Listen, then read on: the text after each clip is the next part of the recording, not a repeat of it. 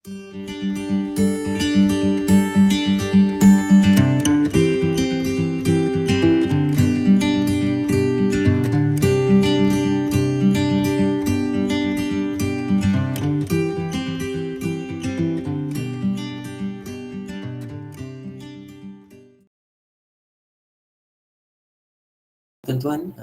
grafik ini peranannya ialah untuk memberi maklumat dengan lebih cepat, dengan jelas lagi, ya. Okey, dan juga insyaAllah kita akan cuba tengok tools yang sesuai lah tuan-tuan, ya. Mungkin hari ini kita tengok dalam 3 tools, ya. Mungkin kita nak tengok SWOT, kita nak tengok SWOT, kita nak tengok satu lagi kita nak tengok Ishikawa, ya. Mungkin satu lagi kita pilih pilihan yang lain nanti, tuan-tuan, ya. Okey. Balik pada tadi tuan-tuan, ya, kenapa kita nak gunakan data ni tadi. Satu, sokong hujah. Okey, sokong hujah. Satu apa tuan-tuan? Contohnya isu kita di sekolah kita, saya ambil yang real kat sekolah. Isu kat sekolah kita ialah mata pelajaran matematik. Sekolah rendah, kita pelajaran matematik. So, jadi dalam untuk membangunkan matematik ini, balik, untuk merancang program peningkatan matematik ni, data-data yang lepas banyak kita nak gunakan. Saya ambil dalam konteks sekarang ni tuan-tuan, kita ambil dalam konteks standard 4 ni. Kita tengok berapa kali mata pelajaran matematik ini dicerap pada tahun lepas. Yang kedua, kita nak tengok berapakah tendensi, berapakah markah skor bagi guru-guru yang mengajar matematik di semua tingkatan, semua darjah. Kita nak tengok apa patternnya. Dan yang ketiga, mungkin kita nak tengok kat mana, ya, aspek mana yang kalau kita tengok markah untuk skor ini, pencerapan ini, markahnya dia rendah. Ya, okey. Pada situlah kita dapat bangunkan. Okey, kalau mungkin kita tengok aspek dengan berkaitan dengan pembangunan profesional guru. So, kita adakan ladap. Kenapa kita gunakan ladap? Tajuk berkaitan dengan guru sebagai perancang. Sebab data kita menunjukkan semasa pencerapan, kat sinilah markah guru kita adalah rendah. Sebab guru tidak mempunyai kemahiran, tidak ada keyakinan dalam merancang pengajaran dalam berlakunya pandemik seperti ini. Jadi kita nak proses tuan-tuan data-data tu, ya. Itu jadikan tanda tanya jugalah kenapa kita nak mengadakan program ini. Ya, ini ada berkaitan dengan program yang kita sebut sebagai PDCA, kan? Plan do check action. Kemudian satu lagi ialah mempelbagai sumber. Nak menyokong hujah tadi, salah satu sumbernya ialah data lah tuan-tuan. Ya, dan lain-lain lah pendekatan strategik secara rekod secara berpusat, membuat keputusan. Membuat keputusan ni penting. Ya, saya pernah ditanya sewaktu Nazir datang masa audit SKPMG 2 pada tahun 2018 tuan-tuan, ya, waktu saya pengetua lagi. Ya. Satu soalan yang dia tanya pada saya ialah, tanya, okey, kenapa tuan melaksanakan LDP tajuk yang ini? Dia tanya saya. Kenapa tuan laksanakan tajuk yang ini untuk LDP? Iaitu maksudnya apa? Kita perlukan satu need analysis. Kita buat bukan sebab orang lain buat, kita buat sebab tahun lepas kita buat, tahun sebelum ni kita buat, takkan tahun ni tak buat. Ya, itu tidak hujah sebenarnya, ya. Jadi kita buat ini berdasarkan data. Saya kata okey, kami buat data sebab data kami menunjukkan dalam aspek yang ini, dalam program pembangunan profesional ini, profesional guru ini, kami jalankan program ini sebab data kami menunjukkan dapatan untuk guru sebagai pendorong ini adalah antara yang rendah. So kita nak fokus hari ini dalam ladap yang 2 jam ini, saya kata berkaitan dengan peranan, apakah tahap tindakan yang perlu dilakukan dalam konteks guru sebagai pendorong. Okey, itu contohnya data tuan-tuan, ya. So tapi data ni, kalau kita biasa main dengan data tuan-tuan, yang tuan-tuan akan mulalah dengan data, jangan jadikan data ni satu yang give up. Ya, jadikan menarik. Simple, menarik. Yang penting bukan dalam skrin kita ni ada banyak maklumat, tapi dalam maklumat yang ringkas tapi kita dapat menerangkan. Satu data mungkin kita dah boleh katakan apa, okey, perbezaan, jurang, tendensi, trend dan sebagainya tuan-tuan, ya. Okey, kita akan bawa ke situ nanti, ya. Okey. Ini contoh lain lah. Okey. Saya nak bawa ini tuan-tuan, ya. Ini saya dalam pemerhatian saya lah, ya. Bila kita bercakap tentang standard 4, ya, tentang PDPC, sebenarnya PDPC ini adalah satu output, satu bentuk output, ya, tapi datangnya daripada 3 proses yang lain. Dia panggil sebagai input dan juga prosesnya, ya. Jadi standard 4 ini dia sebenarnya bermula dengan standard 1 dulu. Standard 1 siapa dia? Okey, pengetua guru besar. Kalau kita tengok contoh, dalam standard 1.1.5 ada menjelaskan tuan-tuan berkaitan dengan apa?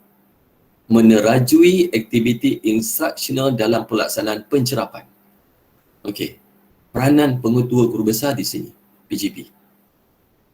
Ya, okey. Jadi kalau kita tengok dalam rubrik tu tuan-tuan, tahap tindakan yang kalau kita tengok dalam SKP MG2 tu, 1.1.5 tu, apa tindakan yang perlu dilakukan? Okey, kita boleh tengok. Pengetua guru besar boleh kita tengok kat situ, apakah peranan yang perlu dilaksanakan dalam tahap tindakan. Misalnya apa? PGB menerajui aktiviti, melaksanakan pencerapan, memberi maklum balas, mengambil tindakan susulan. So saya kalau di peringkat PPD, saya selalu akan membuat satu cascading pattern. Saya tengok apa patternnya, berapa markah untuk skor 1.1.5. Okey, daripada pengetua tuan-tuan dia akan turun pada peringkat yang bawah pula. Ya. Perbawahnya pula ini adalah pembangunan sumber manusia diurus secara terancang sebab dia berkaitan dengan pelaksanaan pencerapan ni. Ini peranan siapa? Ini peranan PGB, yang kedua ialah peranan kurikulum. Ya, peranan kurikulum. Sumber manusia diurus secara terancang. Maksudnya nak meletakkan guru-guru itu adalah di tempat-tempat yang sesuai dengan kemahiran, skill dan sebagainya lah. Ya. Okey. Ini adalah panitia. Ini adalah kurikulum, atau kita senang sekali ialah PPK1 kita lah. So kemudian dia turun pada 312. 312 kalau kita tengok ini masih berkaitan dengan pencerapan sebab ini adalah peningkatan kualiti pengajaran guru diurus secara terancang. 312 ini peranan siapa tuan-tuan? Ialah peranan panitia. Bagaimana panitia merancang program, melaksanakan program berkaitan dengan peningkatan kualiti pengajaran guru. Kalau sini markahnya 95, sini markahnya 90, ni markah juga 90, kita nak tengok pada outputnya. Inilah standard 4, inilah outputnya tuan-tuan. Ya, standard 4. Apa dia? Okey. Pembelajaran dan pencerahan, siapa dia? Okey, ni guru-guru yang kita cerah. Jadi ini kita panggil satu cascading. Kalau kita tengok, inilah yang berlaku dalam waktu proses. Yang ini adalah outputnya, yang 3 ini adalah input dan juga prosesnya tuan-tuan. Ya. Jadi kita tak boleh, ini bukan stand alone tuan-tuan, dia tidak boleh berdiri sendiri. Ya, sebab impaknya banyak pada sini. Nanti kalau tidak ada sesuatu yang kita tengok dapatan daripada sini, standard dalam standard 4 ni, ada dapatan yang kita tengok, mungkin kita kena proses data guru sebagai perancang ni, contoh. Guru sebagai perancang ni, skornya adalah rendah. Okey, kat sini kita bangunkan dekat sini balik. Ya, kita bangunkan kat sini, kita bangunkan 312, kita bangunkan 212. Ya, contohnya lah. Jadi tuan-tuan boleh tengok data ni, nanti boleh tengok nanti kat sekolah. Ya, boleh tengok kat sekolah berapa pencerapan yang ini 115, 212, 312 dan standard 4. Okey. Ini adalah data kalau kita tengok dalam SKP MG2, ini adalah raw-nya tuan-tuan kan. Apa yang ada dalam standard 4 ni? Ya. Dalam standard 4 ni kalau kita tengok seperti yang saya sebutkan tadi, dia ada nama guru, ada optionnya. Saya tutup nama tuan-tuan ya sebab saya yang ini saya kalau dalam bentuk taklimat yang dalam secara online ni memang saya akan tutuplah nama-nama guru, nama sekolah supaya tidak menjadi satu satu kita boleh membuka privacy orang lain tuan-tuan ya. Okey. Jadi ada apa? Ada nama, ada bila tempoh dicerap, ada tingkatan atau kelas berapa yang dicerap, apakah mata pelajaran dicerap, kemudian ada tentang skor dan juga ada jumlah skor dan juga taraf. Okey. Soalannya sekarang, setakat mana data tahun lepas kita gunakan data ini di sekolah? Setakat mana kita dah gunakan dalam mesyuarat guru? Pernah tak data-data ini dibentangkan dalam mesyuarat kita? Ya. Tapi kalau kita nak bentangkan, kita crop data, tunjuk data macam dekat skrin kita ni tuan-tuan, cikgu tak nampak. Ya, sebab terlalu banyak. Fokus ni tak ada kat sini. Ya. Kita nak fokus apa sekarang ni? Jadi pendekatan hari ini, kita nak proses data yang ini, standard 4 ini, supaya data-data ini memberi maksud kepada kita. Okey? Ini tuan-tuan ya, ini yang adalah, ini contoh sekolah menengah. Okey, sebelum kita proses data ini tuan-tuan, hari ini saya nak cakap sikit tentang pivot. Okey, hari ini kita nak gunakan proses data ini menggunakan satu elemen dalam Excel. Dipanggil sebagai pivot table. Pivot table. Pivot table ni bukan satu software baru. Kita tak payah gunakan nak cari, nak download, nak beli sebagainya tuan. Dia memang dah ada dalam Excel. Dan guru pula selain daripada Word, yang kedua yang dia mahir ialah Excel lah. Kalau pun tak mahir, at least tuan dia ada basic. Tak perlu mahir pun untuk buat pivot ni. Tak perlu mahir. Dia dah ada. Dan dalam komputer, boleh kata semua komputer, kita memang ada Excel.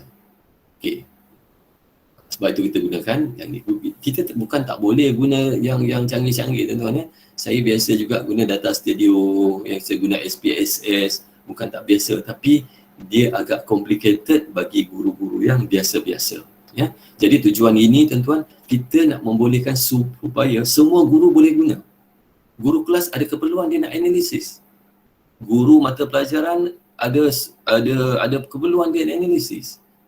Ketua bidang dia ada keperluan dia nak analisis. Tapi kalau kita buat dengan yang canggih, yang ambil masa yang panjang, saya rasa saya tak suka yang masa itu mengambil masa yang panjang. Bagi saya yang penting ialah kita nak dapatkan rumusan daripada data itu supaya kita boleh bertindak. Okay.